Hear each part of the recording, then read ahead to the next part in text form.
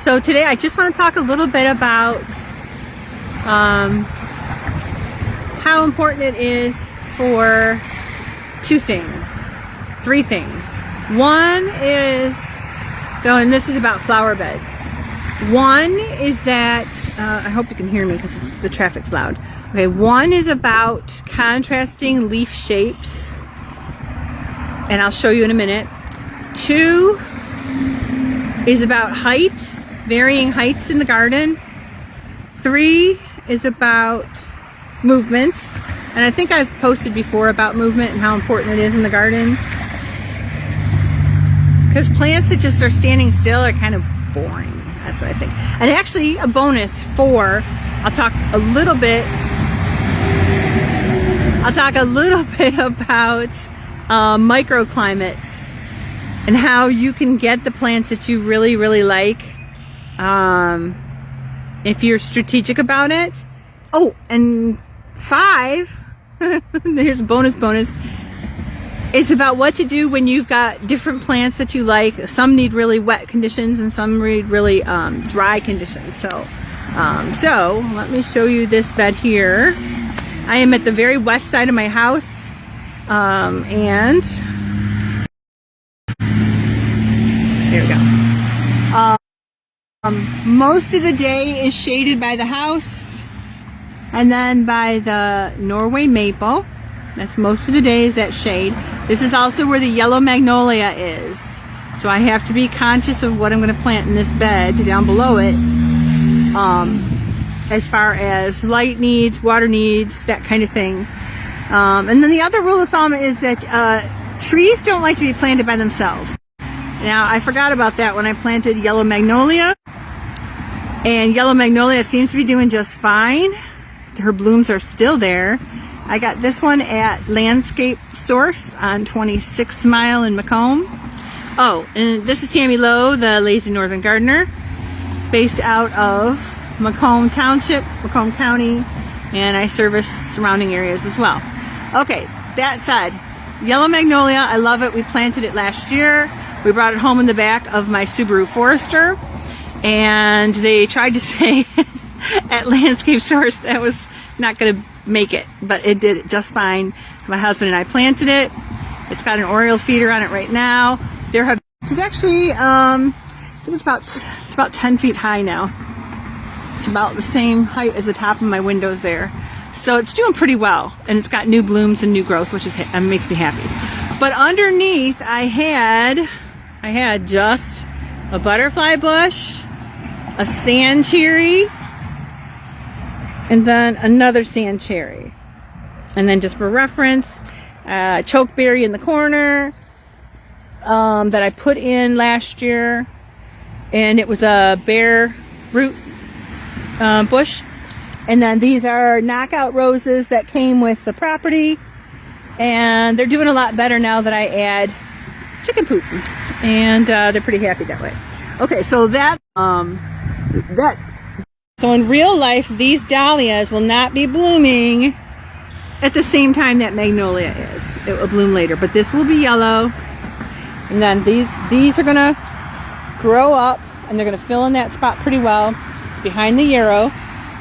But they also have a lot of sun, which is important. It's very dry over there.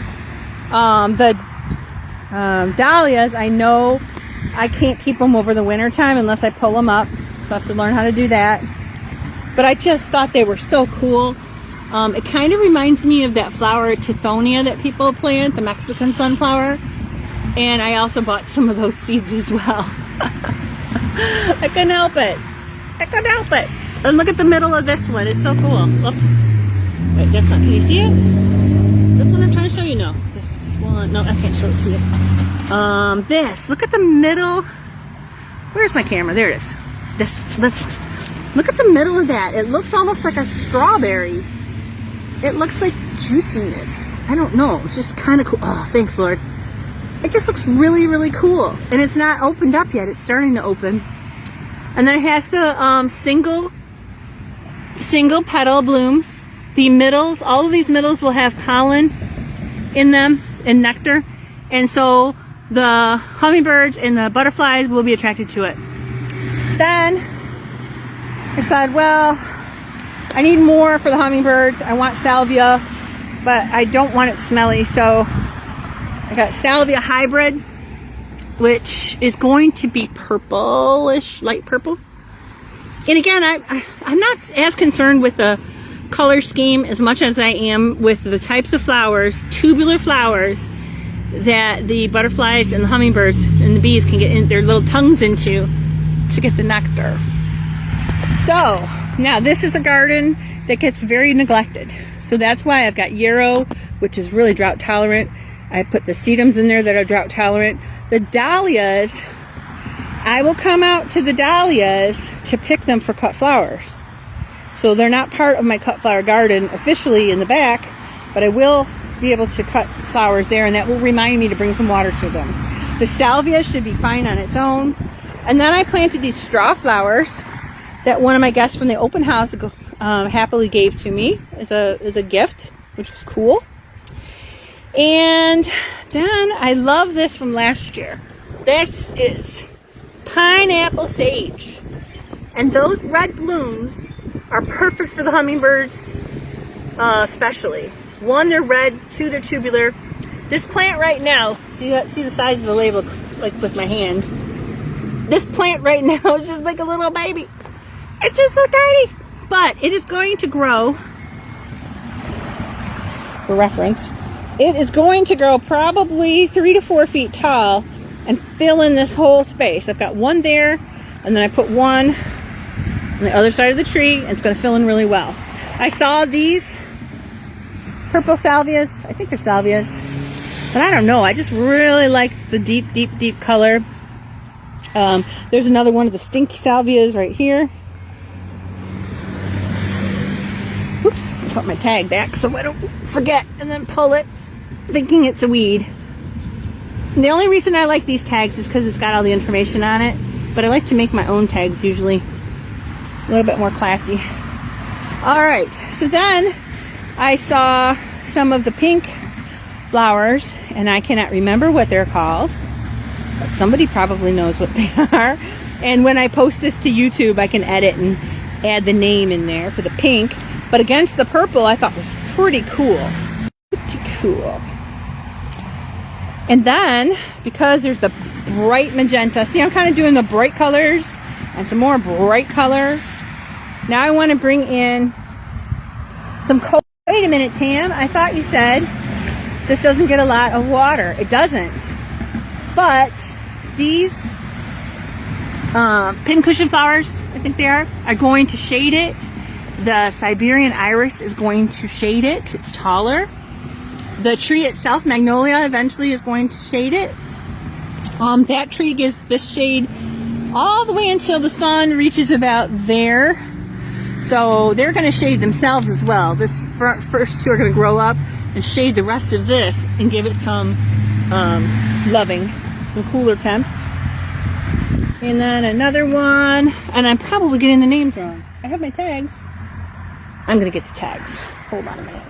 Walking over here. Those are scraps for my chickens. I want to say the right things.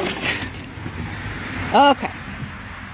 Okay, so these are butterfly blue pincushion flowers. Butterfly blue. Or scabiosa columbaria butterfly blue.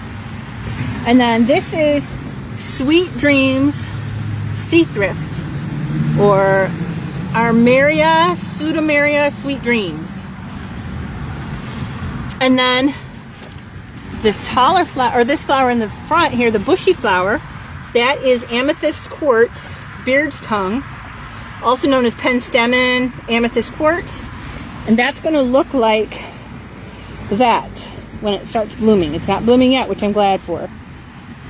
But it will look like this when it starts blooming. And then again, it's got those tubular flowers that the pollinators really. Okay. Now I'm back. The first video ended suddenly. I did not do that, but it ended suddenly. Okay, cut off for the first video was all of these flowers will fill in really well together, and I won't have to weed. and they will cool their own roots and collect rainwater, so the rainwater won't just run off. And that's a technique that's really not a bad idea, especially if you're a first timer. Get some perennials, some big ones that are going to come back every year, and then fill in the spaces with annuals. So the sea thrift is a perennial, the iris is a perennial, I forgot what it is. It's a perennial. The pincushion flower, like sewing that I don't do, is a perennial. The beard tongue in front of the iris is a perennial. Lavender is a perennial. These are all annuals, so they may not come back next year. Now, what I didn't mention is these little white flowers. The little white flowers are called alyssum, and they're an annual that really likes it hot and dry, so they're going to do just fine out here, especially on the edges where they won't get any water, really, because most of the water, I made channels, so most of the water is going to go toward the center of the bed and get collected. So the plants will be reaching for the water in the middle of the bed for those times that I'm not watering yet. The cool thing about alyssum, one, is that it really fills in space as well. I had put them in the rock gardens last year, and they took over the hens and chicks. So I know that wherever I'm putting those little white flowers, it's going to be a really good bargain. They're going to fill in well. The purples are going to grow a little bit taller, I believe. And again, the soil will be covered so the rain gets held in and the weeds are smothered, which is good. And the other thing is that when you have enough plants in a space, you actually are going to create hidey places for good wildlife like toads, frogs, salamanders. We have those in Michigan. And other little critters that need lots of little cubby holes, which is good all around for the environment. It's good because they'll eat the bugs. It's good because, I don't know, it's just wildlife. I like wildlife. It's not going to be bad wildlife. Okay, so that's leaf shape. Well, oh gosh, what was the third one I was going to do? Oh, microclimates. I mentioned it a little bit earlier on the first video. The coleus down here, these purple flowers, they like shade. So I planted tall flowers where the sun would be shining, and that's going to give them the shade that they're looking for, along with the yellow magnolia tree. Once it fills out, that's going to give out shade too. And so the coleus will be fine. Now the iris, it likes it moist and a little bit on the shady side because it's more like a water plant. So it's planted in the center of some of these plants, and it's got the bigger plants around it that will fill in and will also shade the soil and keep it happy. So those are toward the center. Just waiting on these trucks and stuff. Salvia does not care what it is, whether it's hot or cold or wet or dry or whatever. It's going to grow really, really well for the summer. I won't have to do much to it. Alyssum is going to grow well this summer. The only thing I'm going to do is water them in, and then it's supposed to rain the next 3-4 days, and I probably won't have to water it all after that. So the microclimates that you can make. Now, if I had a fence around this garden, and okay, so over there is west, and that at the road is direct south. So like right there is south, and that's west, and that's north. There's a fence here. So in the wintertime, when the north winds are blowing, and they usually they're going to blow like through here, this garden, and one reason these roses are doing okay is that the winds are, they're sheltered from the winds. But this garden is also going to be a little bit sheltered from the winds.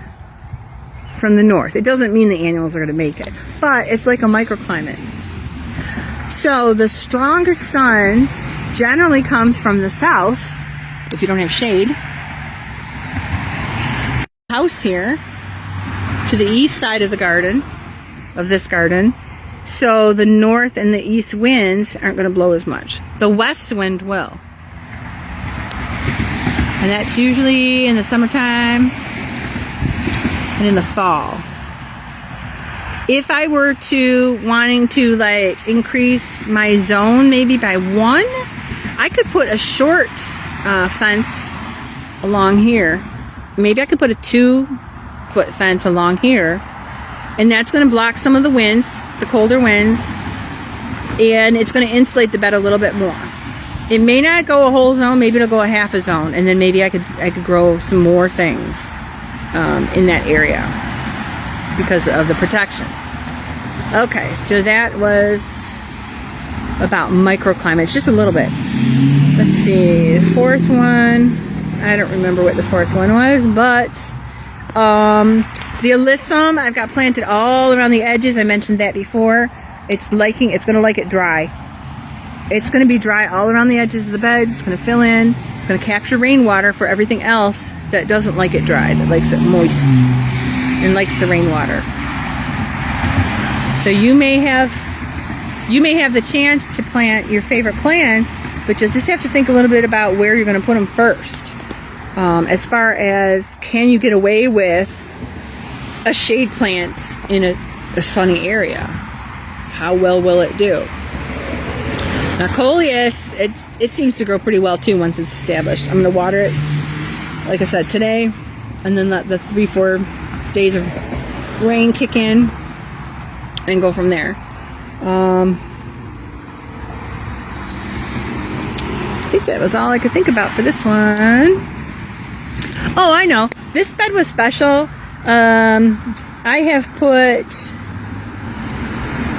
when we first built it, obviously it was all grass. Everything has been all grass when we first got here. We put down like construction paper, like rolls of construction paper, and then I put mulch on top of that. And last year I mulched in the fall with compost. Was it fall? No, I mulched in the spring with compost. And I hadn't planted anything in here, but hardly any weeds grew at all.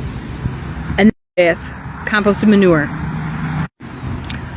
with several bags of composted manure, and hardly any weeds grew at all. And now what's going on every time it rains now is the composted manure is getting into the soil. Underneath all of it is really sandy soil. One, this area used to be an orchard, but 2, there's also a gas line, I think, that runs right along here and then like on the other side of our fence. And it comes out at the street up there somewhere.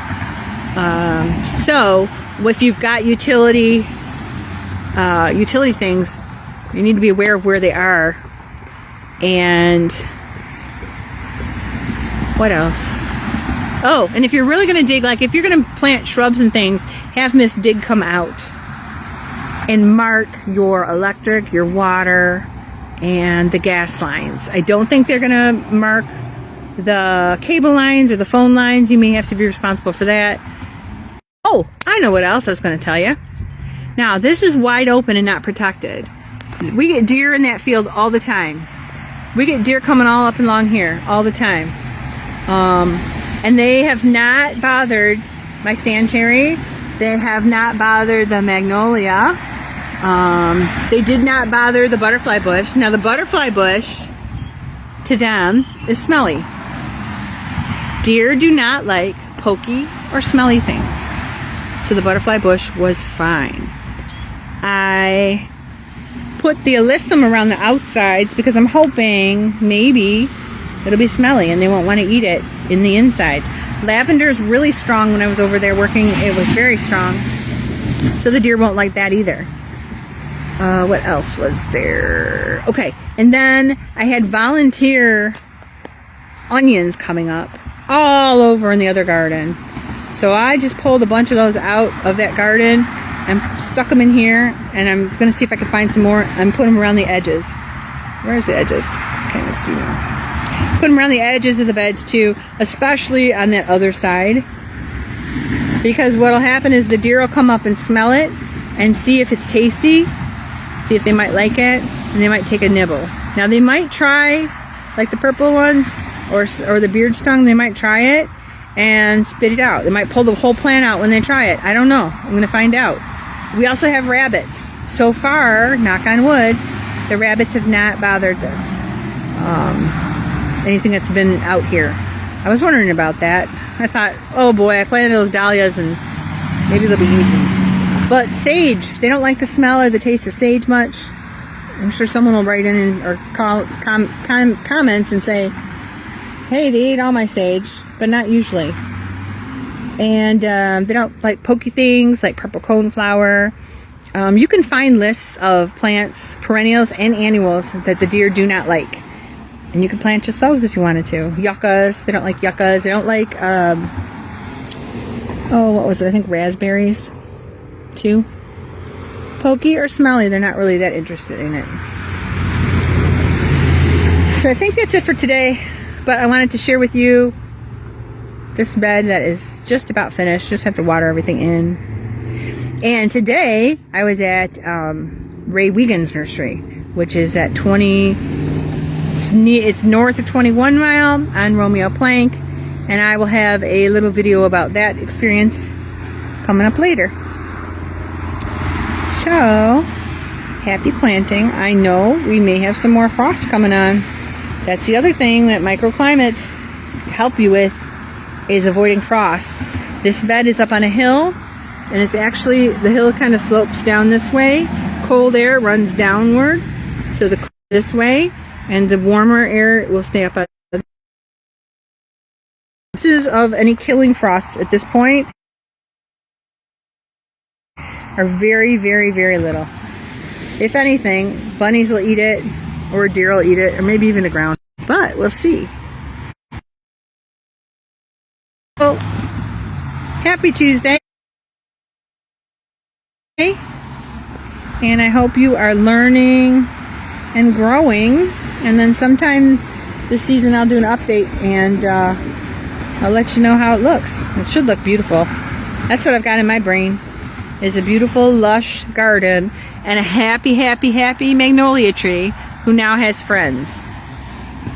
Now has lots of friends. And the butterflies will come and the hummingbirds will come, and then this is our living room window, so I should be able to see things right outside the window. That's the hope. Alright, Tammy Lowe, the lazy northern gardener, and there you are.